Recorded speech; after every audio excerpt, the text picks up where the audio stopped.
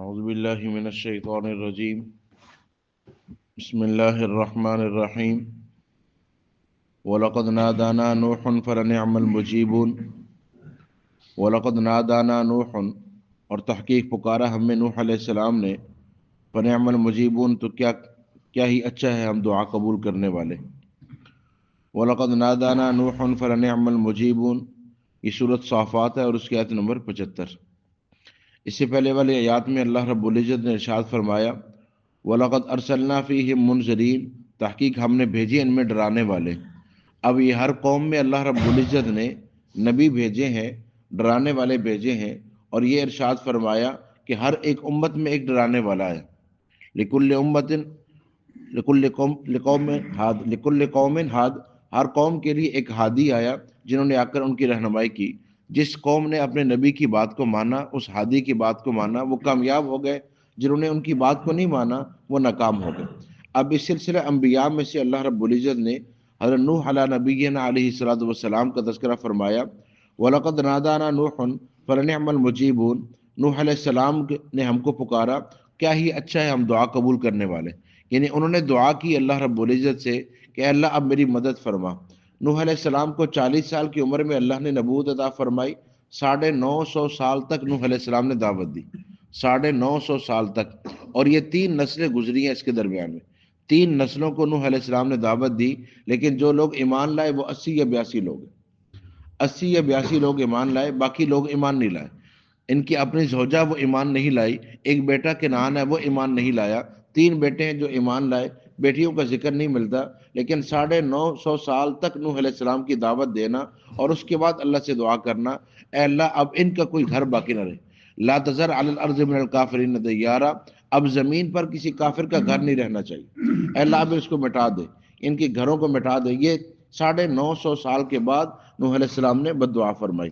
جب یہ دعا کی فرمایا وَنَجَّيْنَاهُ وَأَهْلَهُ مِنَ الْكَرْبِ الْعَظِيمِ ہم نے نجات دی نوح علیہ السلام کو اور ان کے اہل کو من الکرب العظیم اس بڑی مصیبت اور تکلیف سے.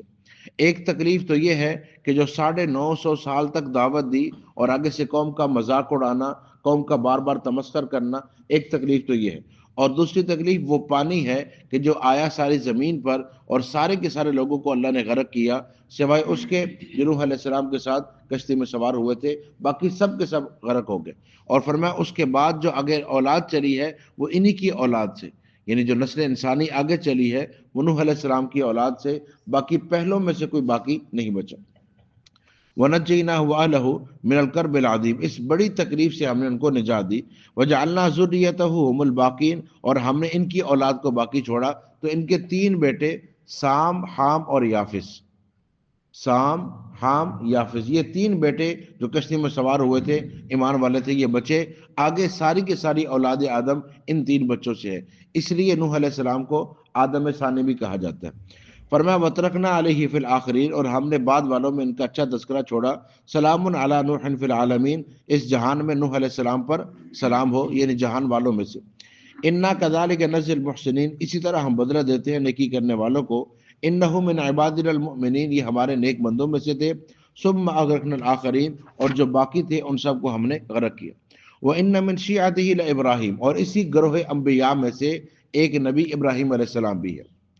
ایک پہلے نوح علیہ السلام، ان کے بیٹے سام، ان سام کی اولاد میں سے ابراہیم علیہ السلام.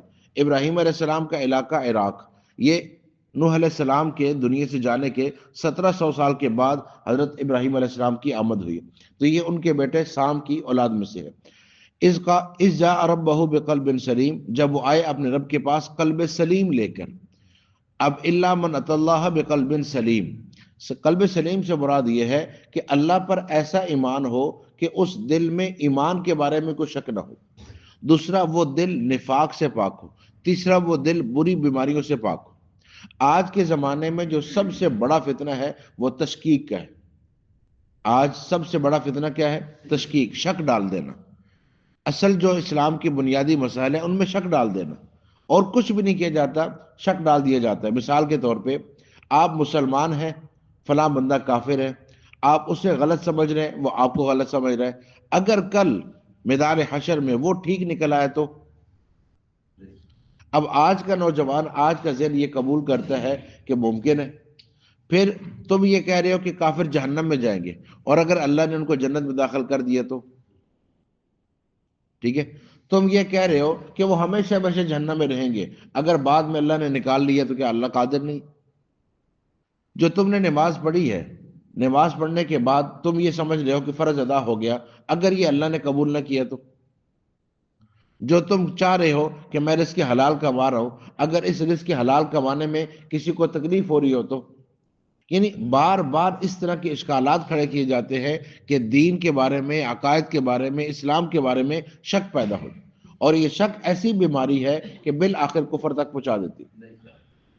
اس لیے جو مسلمات ہے اس پر ہم نے یقین رکھنا ہے، اللہ کی ذات ہے، موجود ہے، اس کے اصول ہے، وہ اپنے اصولوں کے خلاف نہیں فرماتا ہے، جو قرآن میں ہے یہ حق و سچ ہے، اور ہم نے اس پر ایمان لانا ہے، شک میں ڈرنے کی ضرورت نہیں ہے۔ اب آج کل ایک نئی بات کی جا رہی ہے کہ یہ جو کہا جاتا ہے کہ محمد الرسول اللہ صلی اللہ علیہ وآلہ وسلم اللہ کے نبی تھے، اللہ نے ان پر قرآن اتارا، تو کیا ایسا ممکن ہے، ہو سکتا ہے کہ یہ صرف ایک نام ہو، شخصیت نہ ہو؟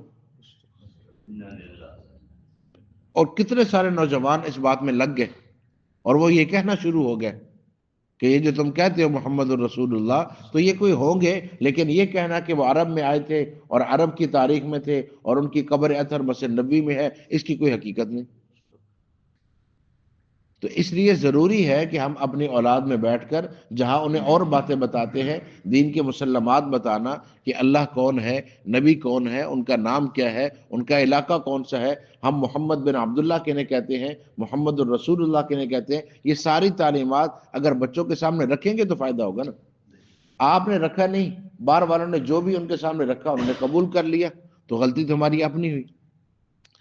اذ جاء ربہ بقلب سلیم اذ قال لابیہ وقومہ ماذا تعبدون، جب ابراہیم علیہ السلام نے اپنے والد اور اپنی قوم کے لیے کہا ماذا تعبدون، کن چیزوں کی تم عبادت کرتے ہو، ائفکا آلہۃ دون اللہ تریدون، کیا تم اللہ کے سوا کسی اور جو خود گھڑے ہیں ان کا ارادہ رکھتے ہو، یعنی جو خود تم تراش رہے ہو اس کو معبود سمجھ رہے ہو اللہ کے مقابلے میں۔ فما ظنکم برب العالمین، تمہارا کیا خیال ہے رب العالمین کے بارے میں۔ فنظر نظرۃ فی النجوم، اب قوم والوں نے کہا کہ ہمارا میلہ ہے تو چلو اس میں، تو آپ نے ستاروں کی طرف دیکھا اور فرمایا انی سقیم، میں بیمار۔ بیماری کیا ہے؟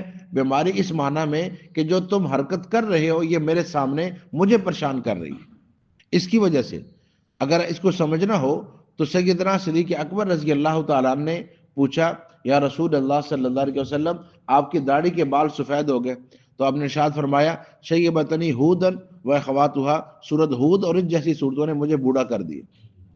اب ان صورتوں میں کیا ہے کہ ان صورتوں کے اندر آخرت اور نقشہ اور اللہ کے سامنے کھڑے ہونا اور استقامت، چونکہ ان چیزوں کا ذکر ہے تو فرمایا ان چیزوں نے مجھے بوڑھا کر دیا۔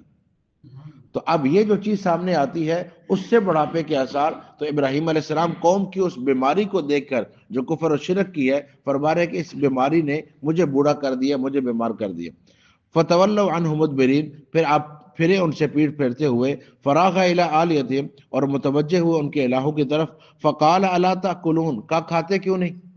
اب انہوں نے بتوں کے سامنے جو کچھ چڑھاوے رکھے ہوئے تھے وہ سارے کے سارے پڑے، ابراہیم علیہ السلام آئے، بت سارے ہیں، چڑھاوا چڑھا ہوا ہے، سب کچھ پڑا ہے، وہ کھا نہیں رہے، تو پوچھا الا تاکلون، کھا نہیں رہے؟ تمہارے سامنے جو پڑا ہے تمہارے لیے لے کے آئے تو کھا لو۔ مالکم لا تنطقون، اور کیا ہوا تم مجھے جواب بھی نہیں دیتے، بولتے بھی نہیں مجھ سے، تو کھا بھی نہیں رہے، جواب بھی نہیں دے رہے۔ فراغ علیہم ضربا بالیمین، پھر شروع ہوئے ان کے ساتھ پوری طاقت کے ساتھ ان کو توڑنا شروع کیا۔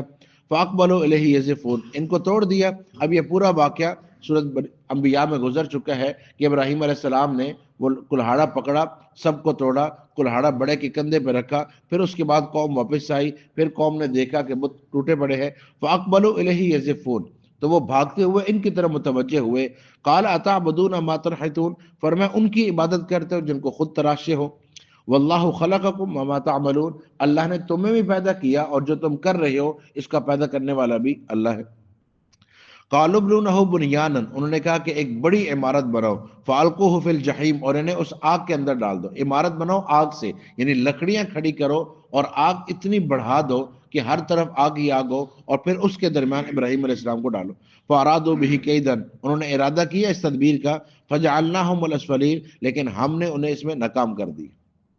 وہ اس میں کامیاب نہیں ہو سکے۔ اب واقعہ گزر چکا ہے کہ 1 مہینہ تک لوگ لکڑیاں جمع کرتے رہے، 1 ماہ تک، اور عورتیں اپنی نظر مانتی تھی کہ میرا یہ کام ہو گیا تو میں اتنی لکڑیاں دوں گی، یعنی وہ اصل میں اپنے بتوں کی مدد کرنا چاہ رہے۔ اب یہ سارے کے سارے جب وہ لکڑیاں جمع ہو گئی، پھر آگ لگا دی۔ اب آگ اتنی بلند ہے کہ آگ کے پاس نہیں جا سکتے، تو ابراہیم علیہ السلام کو کہتے ہیں آپ خود چلے جائیں۔ فرمایا میں کیوں جاؤں، کرنا تم نے تھا تو میرے جانے کی وجہ۔ پھر شیطان نے ان کو طریقہ سکھایا کہ ایسے جھولا سا بناؤ، اسے جھلاؤ، جب اندر چلے جائیں تو رسیاں کاٹ دو۔ لیکن اللہ نے فرمایا قلنا یا نار کونی بردن وسلاما علی ابراہیم، ہم نے وہی بھیجی آگ کی طرف کہ تو سلامتی والی ہو جا، اور ایسی کہ ٹھنڈک بھی نہ لگے اور سلامتی والی، نہ تپش نہ ٹھنڈک۔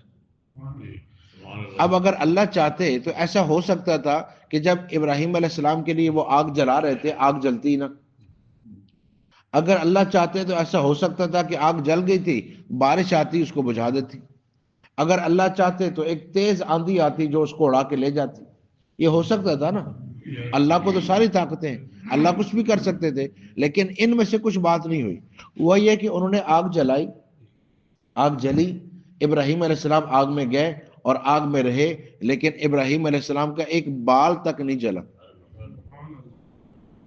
تو یہ جو اللہ رب العزت نے کر کے دکھایا، اس کی پیچھے وجہ کیا ہے کہ جب ابراہیم علیہ السلام آگ تیار ہو رہی ہے، فرشتوں نے دیکھا کہ آگ تیار ہو گئی، اللہ کے خلیل آگ میں جائیں گے، تو فرشتوں نے کہا اللہ ان کی مدد، فرمایا جاؤ پوچھ لو، اگر وہ کہتے ہیں تو مدد کر دو۔ اب وہ آئے اور پوچھا تو ابراہیم علیہ السلام نے کہا اما الیک فلا و اما الی اللہ فنعم، تمہاری نہیں اللہ کی مدد چاہیے۔ جبرائیل امین آئے، کہا نہیں اللہ کی مدد چاہیے تمہاری نہیں۔ ابراہیم علیہ السلام نے واسطہ قبول نہیں کیا بیچ میں، فرشتے بھی اللہ کی اجازت سے آئے تھے، اگر آپ انہیں کہتے تو وہ اللہ کی اجازت سے ہے، لیکن پھر بھی ابراہیم علیہ السلام نے واسطہ قبول نہیں کیا، نہ جبرائیل امین کا نہ پہاڑوں کے فرشتے کا واسطہ قبول نہیں کیا، تو اللہ رب العزت نے بھی مدد کرنے میں واسطہ نہیں لایا۔ پھر اللہ نے بھی اسی آگ کو حکم دیا کہ آگ جلے گی صحیح، لیکن ابراہیم علیہ السلام کو جلائے گی نہیں۔ ابراہیم علیہ السلام کے والد نے کہا، نمرود کی بیٹی نے کہا نعم الرب و ربک یا ابراہیم، ابراہیم تیرا رب کتنا اچھا ہے۔ 3 دن 7 دن یا 40 دن تک ابراہیم علیہ السلام کا اس آگ میں رہنا اور پھر زندہ سلامت باہر آنا، لیکن اس کے بعد بھی ایمان کوئی نہیں لایا، مانا کوئی بھی نہیں، یعنی اتنا کچھ دیکھنے کے بعد بھی نہیں مانا۔ اس کی وجہ یہ ہے کہ غلط فہمی ہو نا وہ دور ہوتی ہے، ضد ختم نہیں ہوتی۔ یہ لوگ ضد پر تھے، ورنہ ایمان تو تب لے آنا تھا جب ابراہیم علیہ السلام نے بتوں سے پوچھا کہ یہ گرے پڑے ہیں ٹوٹے پڑے ہیں، پوچھو نا کس نے کیا ان کے ساتھ، یہ ان سے سوال تو کرو۔ ثم نکسوا علی رؤوسہم لقد علمت ہؤلاء ما ینطقون، اب وہ سارے کے سارے سر جھکائے وہ کہہ رہے ہیں آپ تو جانتے ہیں نا یہ بولتے نہیں ہیں۔ فرمایا اف لکم ولما تعبدون من دون اللہ، تم پر بھی افسوس ہے اور اللہ کے سوا جن کو پکارے ان پر بھی افسوس ہے کہ تمہیں کیا ملا اور انہیں کیا ملا۔ تمہیں جو ملے وہ بول نہیں سکتے اور انہیں جو ملے وہ سمجھ نہیں سکتے۔ جی دونوں پر افسوس ہے نا کہ تمہیں کیا مل گیا انہیں کیا ملا، نہ تم میں عقل ہے نہ ان میں سمجھ ہے، یہ کیا چل رہا ہے اور کس کی تم عبادت کر۔ یہ ارشاد فرمایا۔ اب انہوں نے جو ارادہ کیا تو آپ اللہ رب العزت نے اس میں ناکام کیا۔ وقال انی ذاہب الی ربی سیہدین، اور فرمایا کہ اب میں جانے والا ہوں اپنے رب کی طرف اور وہ میری رہنمائی کرے گا۔ یعنی اس واقعے کے بعد اللہ نے آپ کو ہجرت کا حکم دے دیا کہ عراق سے آپ نکلے، تو آپ 3 حضرات، ایک ابراہیم علیہ السلام، دوسرے لوط علیہ السلام جو ان کے بھانجے یا بھتیجے ہیں، اور تیسری ان کی زوجہ سارہ سلام اللہ علیہا، یہ 3 لوگ نکلے ہیں اس پوری بستی میں سے جو ایمان والے تھے بس۔ اب ابراہیم علیہ السلام کی دعوت دیکھو نا، ستاروں کو، سورج کو، چاند کو، سب کے بارے میں بتا دیا کہ یہ رب نہیں ہو سکتے۔ تم ستاروں کو مانتے ہو یہ ختم ہو جاتے، چاند کو مانتے ہو غروب ہو جاتا ہے، سورج وہ بھی ڈوب جاتا ہے، پھر بت ان کو توڑ کے دکھا دیا، سب کچھ کر دیا، لیکن یہ لوگ ایمان نہیں لائے۔ تو آج کی ساری باتوں کا خلاصہ یہ ہے کہ قوموں کی طرف اللہ نے انبیاء بھیجے ہیں، تو ایک نبی حضرت نوح علیہ السلام اور دوسرے نبی حضرت ابراہیم علیہ السلام، باقی انشاءاللہ عرض کریں گے۔ اللہ سب نے کی